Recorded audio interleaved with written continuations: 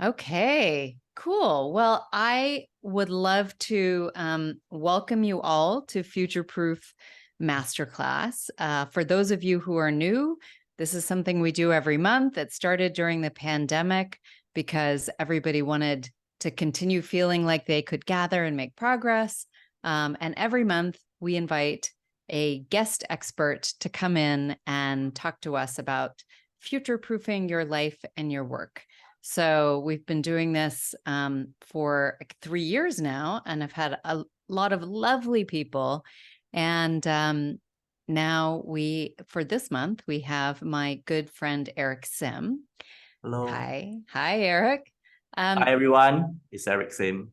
So Eric and I met at an education event in Hong Kong years and years ago, and he turned out to be my neighbor as well. So that was fun. We sort of saw each other at Cyberport. And I remember talking to him. We share a passion for learning and for education and for, I think, lifting the next generation up. And it was just wonderful to get to know him. And I remember when we first met, even though I think you were still a banker then.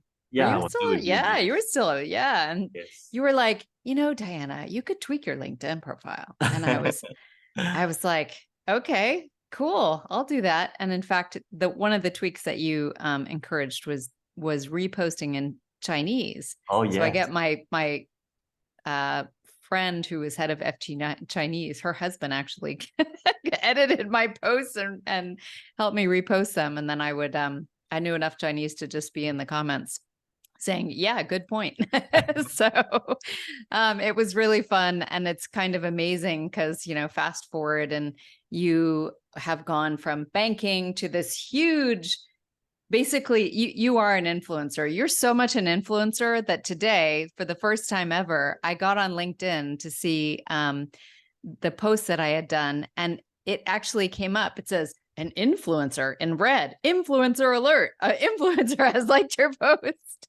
So yes, that is, you do a lot more than that, but after, building your audience to millions of people, and I would say your impact in terms of the Institute of Life and becoming a coach and an author of Small Actions and a mentor and developing programs to help people in their careers, you have transitioned and kind of, I wouldn't say reinvented as much as evolved in a beautiful way. And so Eric is here to come and share his small actions, big results philosophy with us today. So is that accurate, Eric? Yes, that's fantastic introduction. Hi, everyone. I'm Eric Sim. I'm very pleased to be here. Yeah, Diana and we met 5, 6, or maybe more. And I'm very happy to share anything that you want to know on how to build your online presence, especially most of you are senior executive, probably have worked more than 15, 20 years. And I know you're probably at the stage where you may want to try something different. You may not want to do corporate life anymore. So I have already left corporate life. I'm now on my own, using my own brand to make money, to create impact. It has been fulfilling. So yeah, I welcome the question, and I'm very pleased to know all of you. One of the things I love about your journey in your book is that I think even if you're not leaving the corporate world, I think that right now that idea of a personal brand, you're owning your own story, et cetera, is so important as people take more agency over their careers. So tell me what made you decide to make that transition. Some of the people on the call a lot of the people on the call are thinking about that.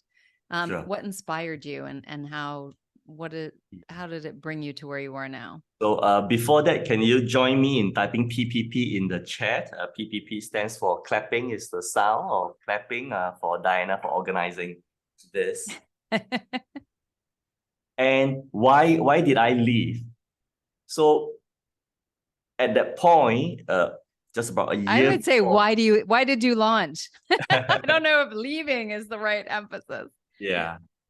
I was already MD at UBS, quite a good career. If I stay, I would make a bit more money, but what difference would I make to other people and to myself? And actually, I have enough money to buy anything that I need. But notice the word need, not want. So what do I need? I need a Timex watch. I need to buy a microphone like this. A microphone like this. And I don't have many other needs beside this. However, I have many things that I want. The things that I want cannot be bought with money.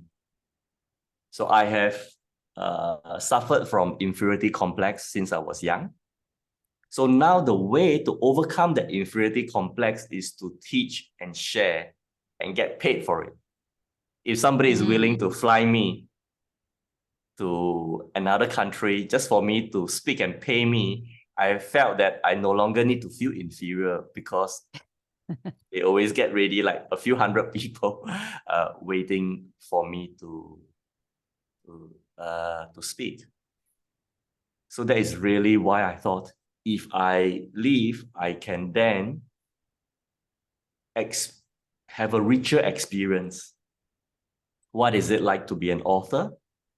What is it like to write on LinkedIn on topics that can create impact without worrying about my corporate communication colleagues, because at one point when I was in UBS, I have more followers than UBS has. So I know if this thing continue, they're going to scrutinize me. They're going to ask me to be more careful, although that has not happened because every 3 months, I will buy my colleagues who's in charge of communication lunch at a Robuchon restaurant, which is a Michelin restaurant. So I asked him, I say that, can I make a request? If you feel that my content is not good or some of the UBS bosses are not happy, please tell me before they become unhappy. Yeah. So far it was good because I didn't write anything much about banking. I didn't write about the competition. Yeah. So at what point did you realize, oh, you know what? I'm a thought leader. That's kind of your job in part. Yeah. So in 2019, LinkedIn China nominated 20 people to, they call it Spotlight in 2019. I have the award to prove it. So this is what they have given me. I don't know whether you can read it in Chinese. Yeah, it's called the Spotlight Award. In Chinese, it's called 年度行家. And they say, Eric, you are the KOL now, key opinion leader. China has 1.4 billion people. They choose only 20. And I'm not even a mainland Chinese. I'm a Singaporean. So I say, I must have done something right. I must have written something that they like enough to nominate me for that, because there are other people who writes better. Perhaps I gave a different perspective compared to the other Chinese creator. So that's what I thought. Yeah, maybe I am a thought leader. So the following year, 2020, China gave me the award again, and LinkedIn Singapore gave me an award without knowing that China is giving me. So I became the first person, according to LinkedIn, that got Spotlight and Top Voice from China, from 2 different countries. It's just like in the Olympics, you're representing 2 countries, which is by right not possible. So that confirms it. Yeah. So there is a question: why do you think people follow you, Selena Chiu? So Diana, should we answer this one or should we? Yeah, go ahead. I think that it's apropos. Okay.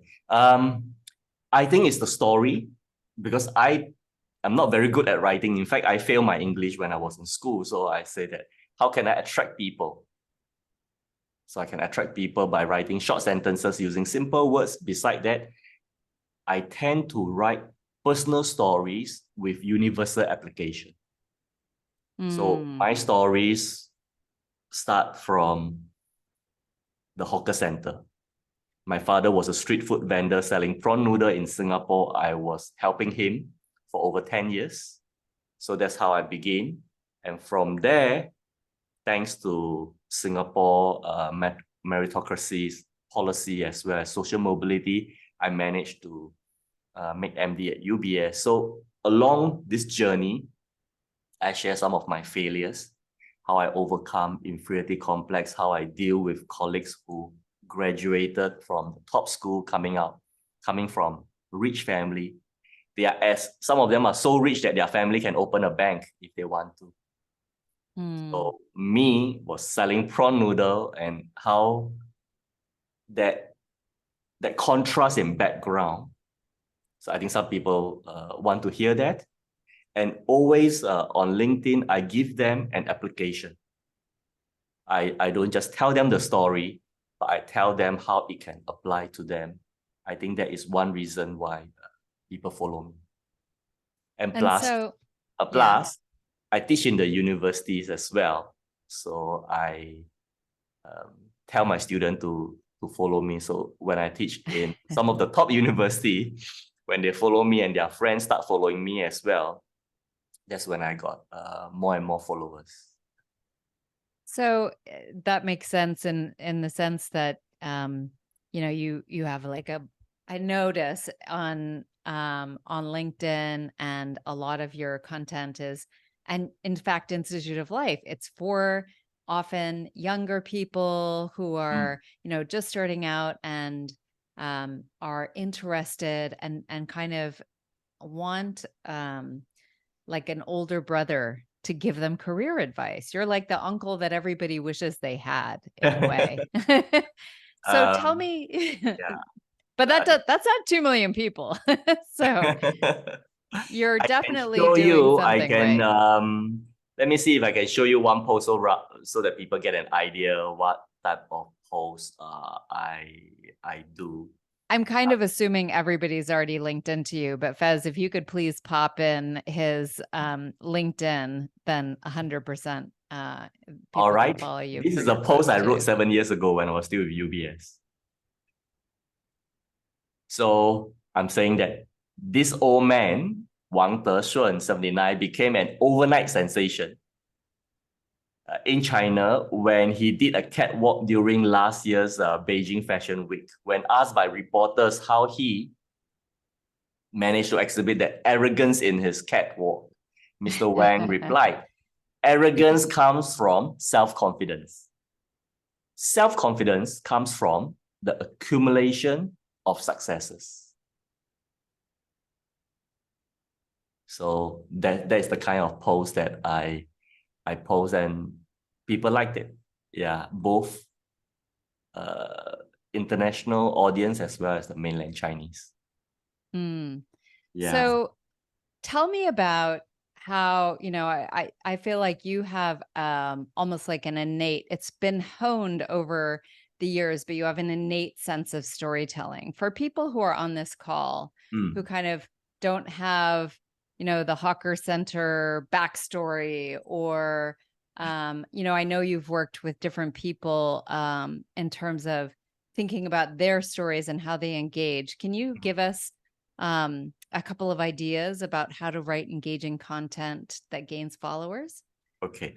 Number one is to go through your life milestone. Changing job, changing country, getting married, having kids. So you can write down all this milestone and what happened during that milestone. You must have faced some difficulty. You must have failed, or you have some weaknesses. How do you overcome that? And is there a lesson for some other people? What would you have done differently? And every stories will have 3 elements. I'll tell you a story which I wrote on LinkedIn. is my introduction. So while I was in banking, I always wanted to teach. So I said the way to teach in the university is to be a professor, and then I need to apply for a PhD. I applied for Princeton PhD in year 2000. That was like 23 years ago. And then they sent me this letter and say, "Dear Mr. Eric, we received your application. We have reviewed it. Unfortunately, we cannot admit you at this point. But we'll put you on a waiting list." 23 years later, I'm still waiting.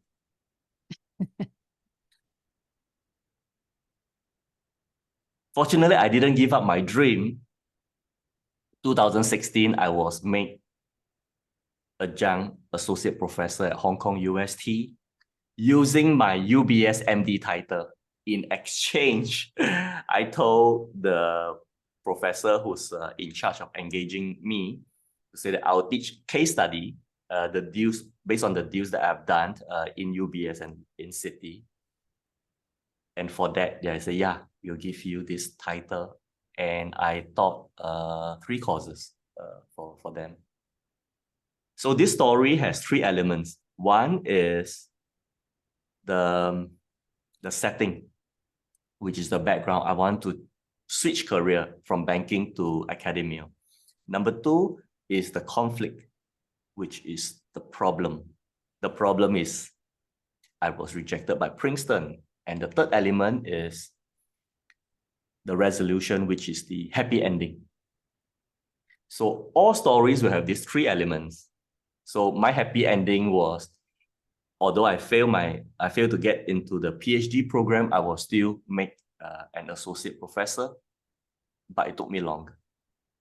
So if you have these 3 elements, you will have a story, and then you just need to think of how it can apply to other people. Never stop chasing your dreams. That I is get that. that is one good application. Never stop chasing your dreams, right? The other application could be flexible or be patient. Yeah. It reminds. Yeah. Did you have to seek clearance from UBS to use the case at uni? I don't have to seek clearance because I don't share the name of my clients. Yeah. And I tend to use those deals that I've done 1, 2 years, 3 years ago. Yeah, some stories don't have happy endings. So there must be some lesson. The story will have, if you have a happy ending, then it makes a complete story. Yeah. If it's you fail, then nothing happened. If there's no learning, then it may not be so engaging on social media. Well, it's interesting because one of the Columbia Business School professors, Satendra Wadhwa, he has a learning and personal mastery course. And he said that he used to have people talk about these personal stories at the beginning of every MBA course. And what he realized is sometimes people had never been able to have a platform before. And so they would say, like, my life's been crap, well, like all these things. And maybe there wasn't. And he said, he reframed the question and said, the most powerful stories are redemptive, which means like, that the reason that you have found the meaning in the hardship or the situation or whatever it was. And until you can kind of get that perspective, memoirs are sometimes similar, then, it's hard to have a story that can be something that other people can kind of follow the arc of if you're right in the middle of it.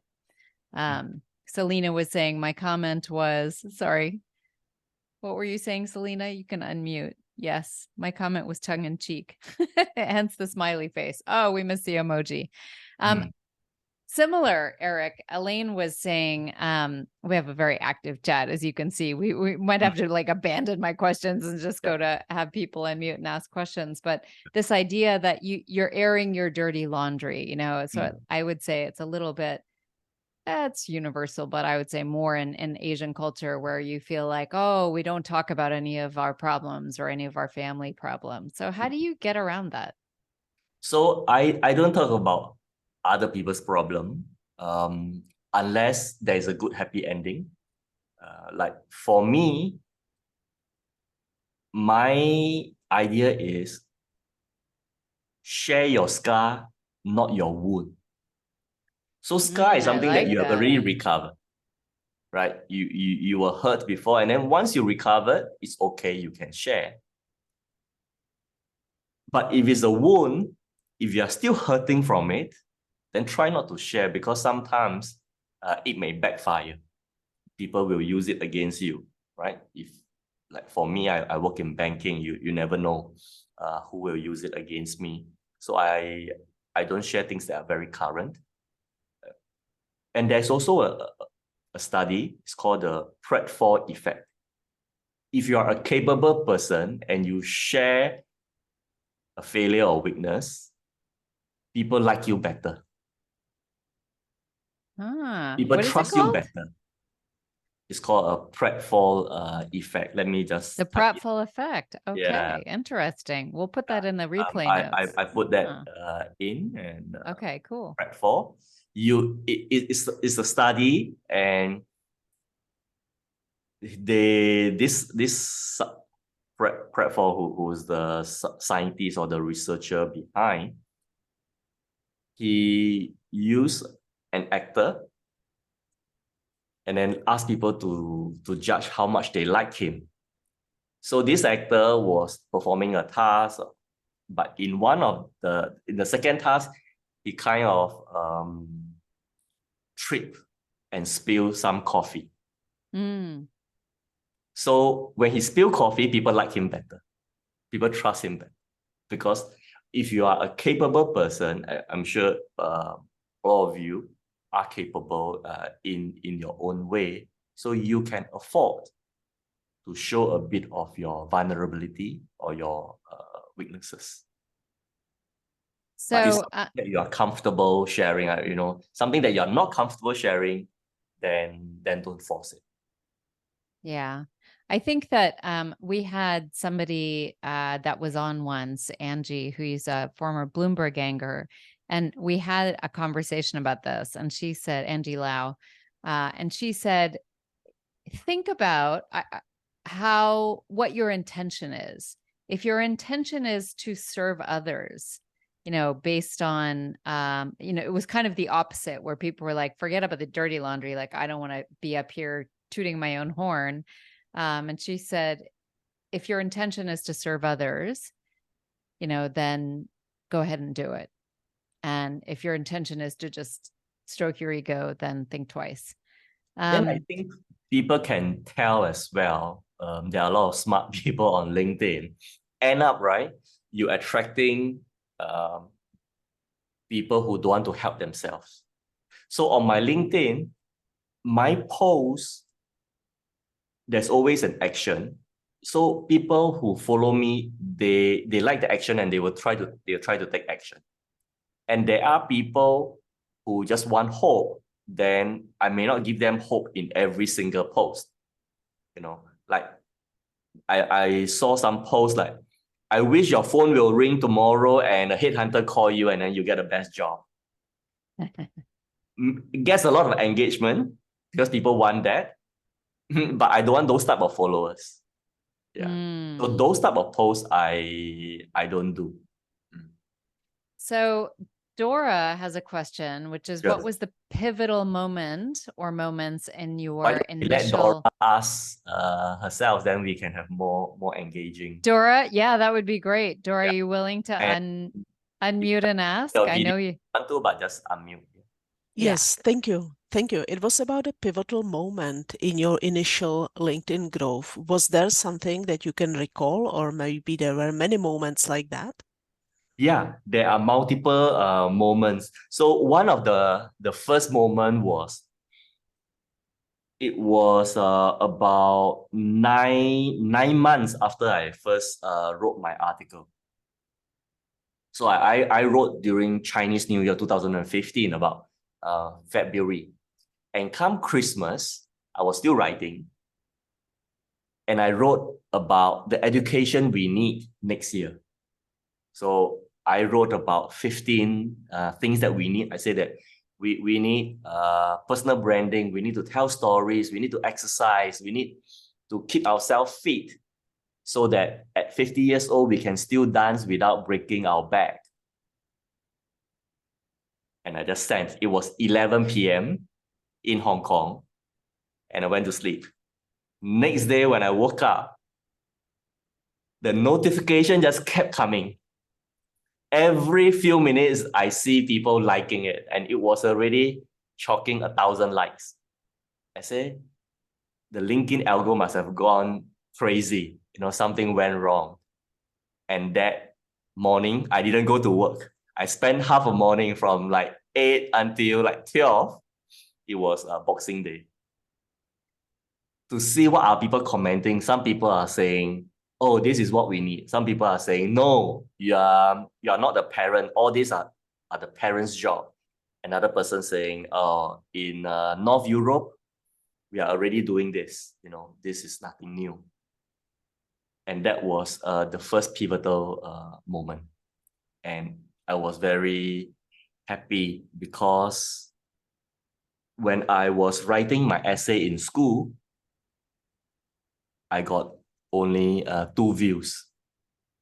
One was from my teacher, the other one from me, and neither of us liked my article. And now on LinkedIn, I've got at the end 3,000 likes for this one article. So that it encourages me to do. And just now the post that I showed you, let me see if it's still there. Yeah, if you see, can you see the number of likes on this one post? At the bottom. 52,000. 52,000, right? Yeah. So, and that was so long ago that at that time, people were still not active on LinkedIn. So that was the second pivotal moment for me. And I have some like 90,000 likes. So that was like the third one. Wow, that's so amazing. And you kind of know, that's a great question because which ones were the ones that were really pivotal. Yeah, So pivotal means you got recognition. Then you know that this is what people liked. Then after a while, you get a hang of it. And I look for more and more of such stories. So the stories that I look for are the people around me. My tailor, my Hong Kong tailor, he's Indian, couldn't get any business. I was his only few customers. And he did such a good job that I keep going back to him, but he couldn't survive in Hong Kong. So he decided to go to New York. So he fly to New York twice a month to collect orders and make them in Hong Kong. And you know that to make a suit in New York or London, it costs about 3 times, if not more, than the Hong Kong prices. So now he was able to charge a little bit more than Hong Kong, but was super cheap for the bankers and the consultant in London and New York. And he survived. So I show a photo of him and me, him taking my measurement, and I posted his story, and that did well as well. So these are all right. Didi's raising her hand. She's going full on. Yeah. What is your question, Didi? I know we still have lots of questions in the chat too. We'll get there.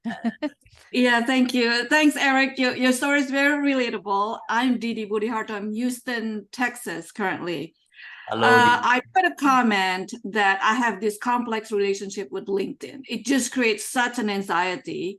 When I was in corporate, I worked for an oil and gas company. I'm in the cybersecurity field.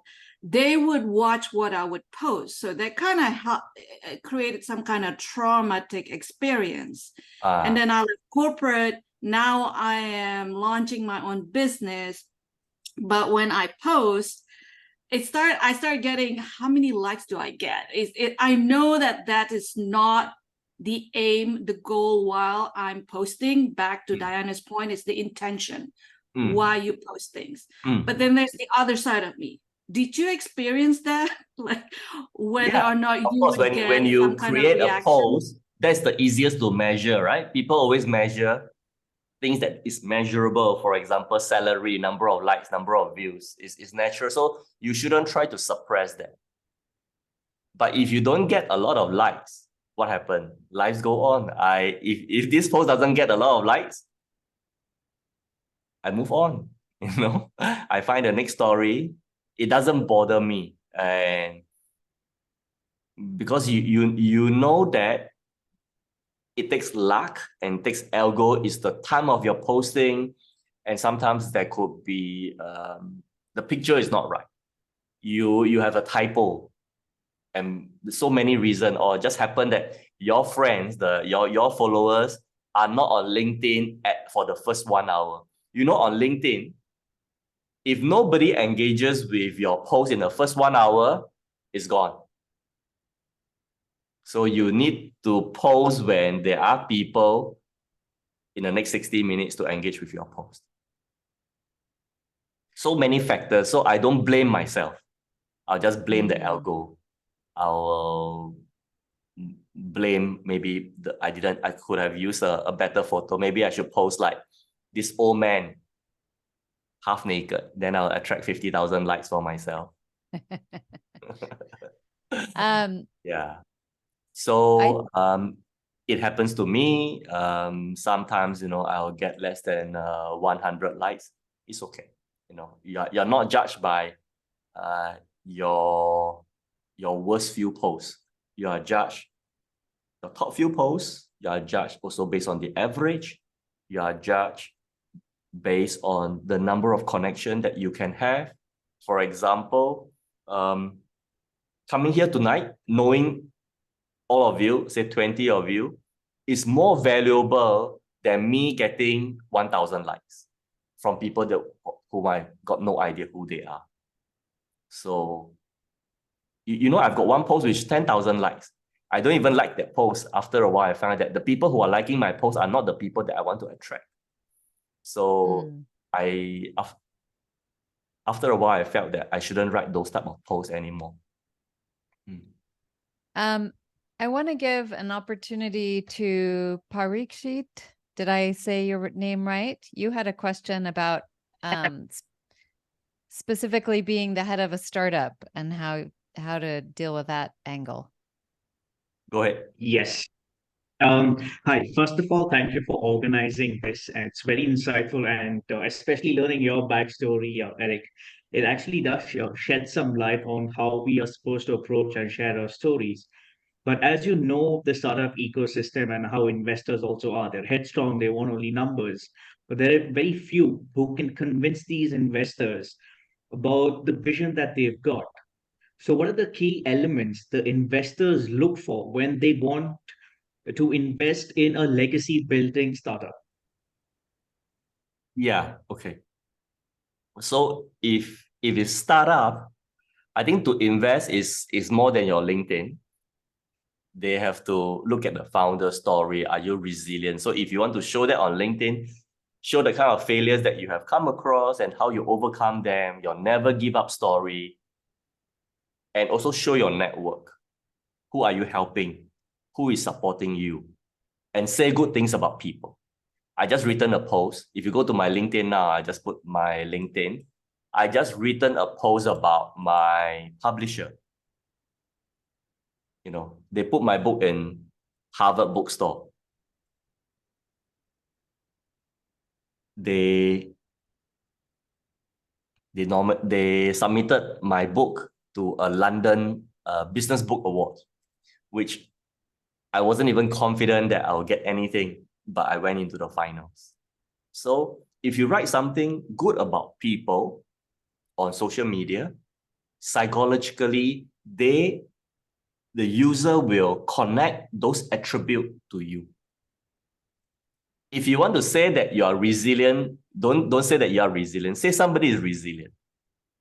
So the readers will associate resilient to you. Because if you are not resilient, or if then you won't talk about somebody who's resilient, right? If you're not hardworking, you won't talk about that as well. So it's actually quite true. What you see in others, a lot of time is a reflection of yourself. Yeah, that's a good point. And in fact, you kind of borrow the halo of other people. And my business school professor would do that. He would talk about different people that he found were in sync with his values, be it Martin Luther King or Gandhi or whatnot. And he said, you borrow those things to explain your own character to other people. And it can be quite powerful. And it's more effective if you talk about the common people around you. Because if you talk about a very famous person, the focus is on the famous person and his attribute. But if you talk about the shoe cleaner, because I went to London, I got a shoe polisher to polish my shoe, and then I told about his story, told about the hawker. You see, they don't have a voice. You give them the voice, but because people do not know them, they connect this attribute to you. Yeah. Interesting. Yeah. So just talking about the common people also make people realize that you do value the people around you who might not be on LinkedIn or who do not know how to use LinkedIn. That's very true. Giving a You don't voice have to to talk about the CEOs. I really don't talk about CEOs a lot. I don't even take photos with them. In my connection, there are a lot of important people. I don't even ask for a photo unless they ask for it, and they are the one posting it, because I feel that they already have enough channel to be online. So why don't I use my presence to help the people who don't have a voice? So one of the questions that we had in the chat is from Chelsea. Chelsea, do you want to unmute and ask your question? Sure. Thanks so much, Diana. Thank you, Eric. Really nice to meet you virtually. And also to hear your story. It's really great to learn insights from somebody so accomplished as yourself. I have a question actually about your experience writing a book. I'm actually in the process of writing one myself, and I'm finding it difficult to decide, do I need to wait until the very end of the process when you have, I guess, what you would consider a full draft, to then sort of shop it to your mentors or to people that you value feedback from? Or do you get to a certain tipping point and you think, okay, now this is the point where perhaps it's time to get some feedback? Or did you just go straight to the presses? I would love to know your thoughts on that. Thank you so much. I will tell you how I did it. So I wrote about 3-4 sample chapters, and I wrote the outline of the book. That means the table of content, and I start shopping for publisher. So as early, I would say my book was, say, 20% complete, but with good ideas of the structure. Because it's better to go a bit earlier so that you can take suggestion. So I proposed 20 chapters for my book without writing more than 25%. The publisher told me to write 100 chapters. What? Wow. Okay. Well, Yeah, now I'm intimidated. Yeah. So no, the story is this. Because I have 3-4 stories in one chapter. The publisher, the commissioning editor, say that break the chapters into smaller bite-sized chapter, so that one chapter has one story, and then you make it to 100. Then I went back, I say that no matter how I squeeze, I couldn't, so I'll give you 81 chapter titles without writing them, just the titles. And he accepted it. Then I went back to revise, I said I couldn't do 81, so I give you 72. My final book was 66. It works really well because a lot of my followers, they are young people. They already gotten used to social media way of reading, and then they have very short attention span. Each chapter is only 4 pages. So 66 times 4, you got already 260 pages. And that is a decent sized book. I'll show you the thickness of the book. It's already a lot. This is like the table of contents itself is 4 pages. Yes. So that is that was the way I did it.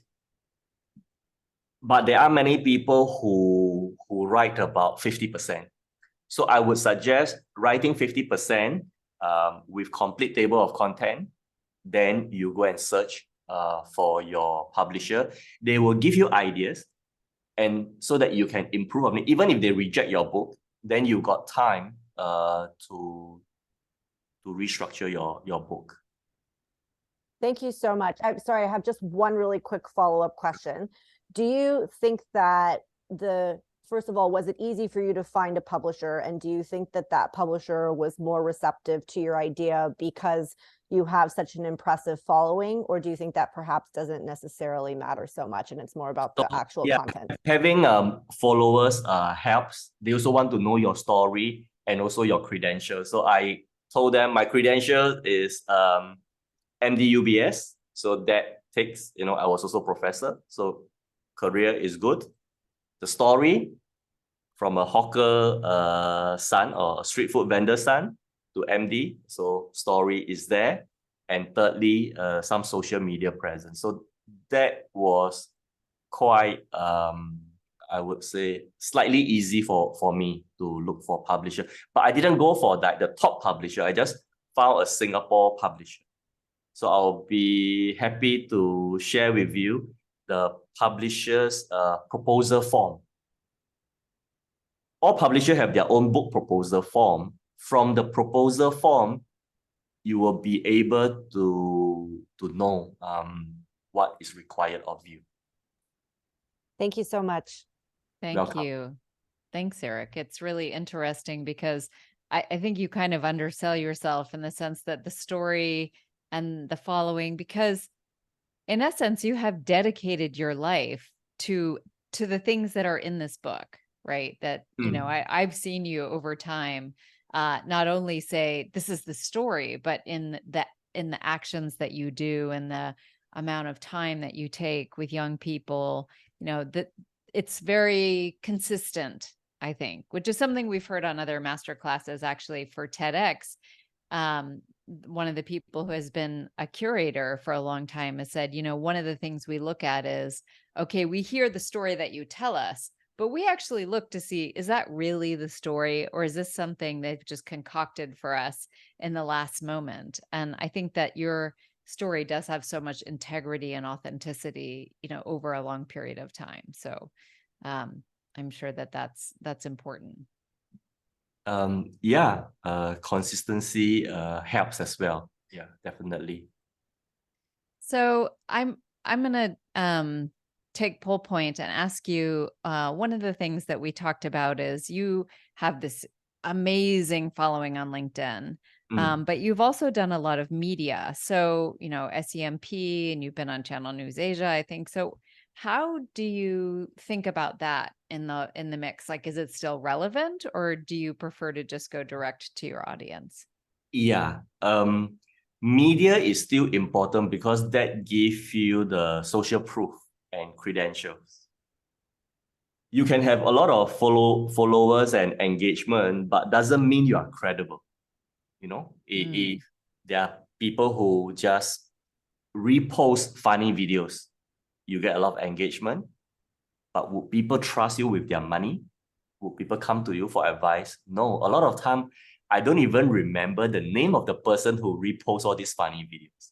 I follow them, but I'm not going to ask them anything. I'm not going to take any advice from them. I rather go to somebody with smaller following, but were featured because they have been vetted by journalists. So you need both. For me, I know that when the media feature me, it doesn't mean I'll go viral. No. Very few people read newspaper these days, right?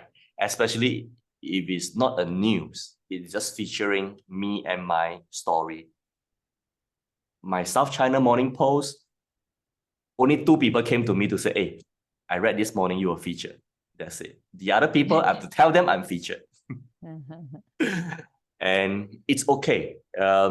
Is when you go and give a speech, it's easier to sell you when you have media presence. And if you want to distribute, then you need your followers. You cannot rely on media to distribute you. In fact, media sometimes come to me to help them distribute the news. What do you mean by that? They come to you to distribute to the news? That means they hope that I share certain news. Yeah. So is that one of the things we talked about, is what does make you a go-to person for media? What are they looking for? Number one, stories. Is your story relatable? Can somebody learn from you? I think these are the two things that they look for to feature a person. Otherwise, it's looking for your expert advice. So when I was with UBS, some media will come to ask for advice on foreign exchange, on the economy. Then my corp comms will come to me. So those is not based on my personal story, because they don't know me, right? But what they want is MD of this bank says that the renminbi will appreciate or will depreciate. So those type of media coverage is not on your person, but really they're after your title and your company name. So those doesn't add so much value, because the moment you leave that company, then it's gone, right? Yeah. But if you want to be an expert in that field, then you need that. So related to that, one of the things that I'm curious about is when you are in a company and you're thinking of leaving, as I think some of the people on this call are, what do you have to think about to prepare to jump to the next phase? Okay. So I worked for UBS for 6 years. In the first 2 years, my LinkedIn title is MD at UBS. Then I know one day I'm going to leave. And the moment that day that you leave, this MD at UBS no longer useful. So very quickly, within 2 years, I changed to banker, lecturer, speaker, writer. And that lasted for 4 years. So while I was with UBS, I didn't really rely on UBS brand so much, because I know one day I will not be with them anymore. So it's good to slowly transit and move away from your company if you want to do something on your own. That's one. And I think for social media, it will be good to have some online presence, because when you leave the corporate, no matter what you do, if you have some online presence, it's just easier. If you want to sell coaching services, you want to sell your consulting services, you no longer have a big brand to rely on. So you need to rely on your online presence to tell people what you do. Number two is to build your social capital. Social capital is the goodwill that you accumulate with people and help them, right? I'll help the young people, I'll help the secretary, I'll help the interns. Because when you leave, these people could be your customers, or they could say good things about you. And for my customers, banking customers, I also help them at the personal level. If their kids need some advice, which school to choose, I will give them the advice. If they are CFO, they've never been to a good school or they never graduated from a good school, I say, come to Peking University and tell my students. So I'll take a photo of them and they can post it on their social media. So help the people when you are still working, whether colleagues or client, and they can support you. So I've got clients who bought 100 copies of my book.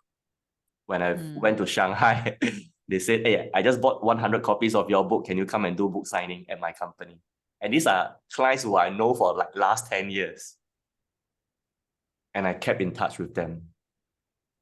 And your social network, expand your social network beyond your core expertise. Because when you're on your own, you need help from people for your website, setting up companies, how to take photo, how to take video, edit video. So these are not the kind of people that you normally know in your core job. So before you leave, try to know them. Then because of your company title, they are more willing to help you. And if you can pay them a bit, do so. Then when you leave, then these are all the expertise out there who can support you along this journey. So I would think is the three social media, your social network, make sure it's wide, and your social capital, make sure you accumulate goodwill with people. That's beautiful. And in fact, we had a masterclass with Kingsley Aikens, the head of the Networking Institute based out of Ireland. And he talked a lot about networking, but in a way that reflects some of your three socials, Eric, where, you know, it really is not only about the way that we are in business, but, you know, it is really the personal network and the personal connections and, you know, that ability to be less lonely, frankly, when you're out and about, and in particular as a solopreneur. We have one more question from Ramya. Did I say your name right, Ramya? And you were saying that you have a terrible flu, so you don't want to ask your own question, but it is basically, I've been out 5 years. I don't do social media. I don't like social media. Do I really have to do this? This is my paraphrasing of your question. Okay. What do you think? Yeah. It depends on whether do you need people to know you to buy your services, right? If you feel that there is no need, you know, you are good with the groups of friends that you have, you're happy just writing your own book alone, and then you are able to find a publisher to publish your book, then you may not need social media. But a lot of the things that we do need some social media presence because you want to have a rich life. Rich not by money, but richness in terms of relationship. When you publish a book, how are you going to sell your book to strangers? Because if you just sell to your friends, it's very quick. Within 3 days, you already sold to whoever will buy your book, and it could only be 100 copies or 200 copies. So it's difficult, especially when you are on your own. And I know some people are private, right? I don't post about my family. Nobody knows if I'm married, or the people who read my book, they know, but on social media, because I don't post about my kids, they wonder. So I do get a lot of requests and to know whether I'm married or not. You know, some men and some women ask me this question. So you can still be quite private. I just post about lessons. Yeah, so you can do that. Yeah, I would say it's useful and highly recommend to have some online presence. You don't have to post very frequently. I don't post every day. I post once a week. So let's pivot back to Anthony's last question. That'll be our last question for the day. But Anthony, do you want to unmute and ask your question? Sure. Thanks so much for spending the time with us today. Hey, Anthony. Hi. Eric, good to meet you. I'm calling you from, I actually live in Hong Kong, but I'm in LA right now. But I wanted to ask, I loved how you were talking about the different algorithms and kind of the tips and tricks, right? Like about the, the first 60 minutes are the most important, right? Yeah. What are some of the other tips and tricks that we should keep in mind when we're kind of embarking on this new journey? All right. On the bigger picture, you need the three C's, right? This is the strategy. First C is content. Second C is consistency. The third C is community. So your content, you may need to try 2 or 3 topics when you start out and try to narrow to one. So for me, it's career skills, life skills, investment banking. So I always stick to this. For the last 8 years, I write nothing but these 3 topics. Consistency, every week I write without fail, whether I'm traveling, whether I'm hospitalized, and even when my father passed away, that week I still post. without telling people that my father passed away. And on very technical bit is your first sentence must be eye-catching. So if you remember just now that post, if you can see this post that I flashed, this old man, Mr. Wang Desheng, became an overnight sensation. This old man. So some people will say, why do you say this old man? He's not old. Then became an overnight. I could say this man, but I intentionally use this old man. So to attract the attention, you need to have some negativity in your post, then the positivity will be amplified. Right. So this is how I do it. I keep it short. And also your photo should be eye-catching as well. So you need to think about catching ice balls, stop people from scrolling. Then you give them the content. Then you give them an application. If you catch people ice ball without giving them the content, they'll be fooled once or twice, but they'll never come back. So always deliver what you promise. Right. Yeah. So these are the things that you can do. And posting time, for me, I post in the morning around 8 a.m. or 6 p.m. 8 a.m. is because a lot of my friends, before they go to work, they can read my post. And also it's the habit that I started when I was working for a bank, because I don't want to be accused by my employer that I'm using office hour to post. So I post at 8 and I comment for the first 1 hour. Then by 9 a.m. I'm at work and I don't look at my phone until noon time. These days, sometimes I post at 6 p.m. is because, that's also after office hour. People want to relax. Maybe they will scroll social media and they see my post. Fantastic. Well, we're coming up on 1 hour. So thank you, Eric. And you were so generous. You did the LinkedIn cheat sheet for my personal branding course, which was a couple of years ago. It's a PDF. We probably need to update it, but I'll have a look at that. And maybe if there's some good tips from this, then I can send it out to everyone with the replay. Yeah, I have a lot of these tips in my book as well. So my book has got 66 chapters. So I've dedicated about 6 chapters on social media and a few chapters on personal branding, storytelling, selling, how to think about happiness, negotiation. I'll just leave the link, the Amazon link, so you can take a look. The first 5 chapters are free to read. Yeah. Ooh. Yeah, so you can just read the first 5 chapters and you may already gotten some ideas on things. And one of the idea is a thing called the combo specialist. You can see the burger here in my picture. Yeah, so I'll leave you to read about it, the combo specialist. It will help you build your brand and be unique. I will say, Anthony, special for you and a couple of the people on this call, this is a really great book to read yourself.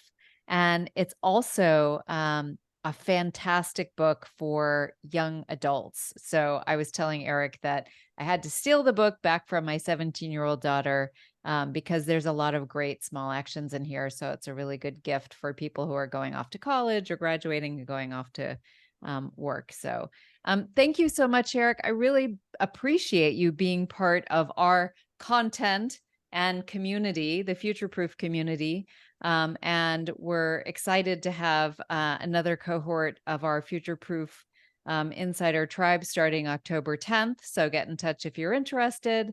This is exactly what we love to do. Gather together people to learn from each other and learn from people who have had the life experience and invested tremendous amounts of time getting good at something and can share with us and share so generously. So thank you so much for being a part of it, Eric.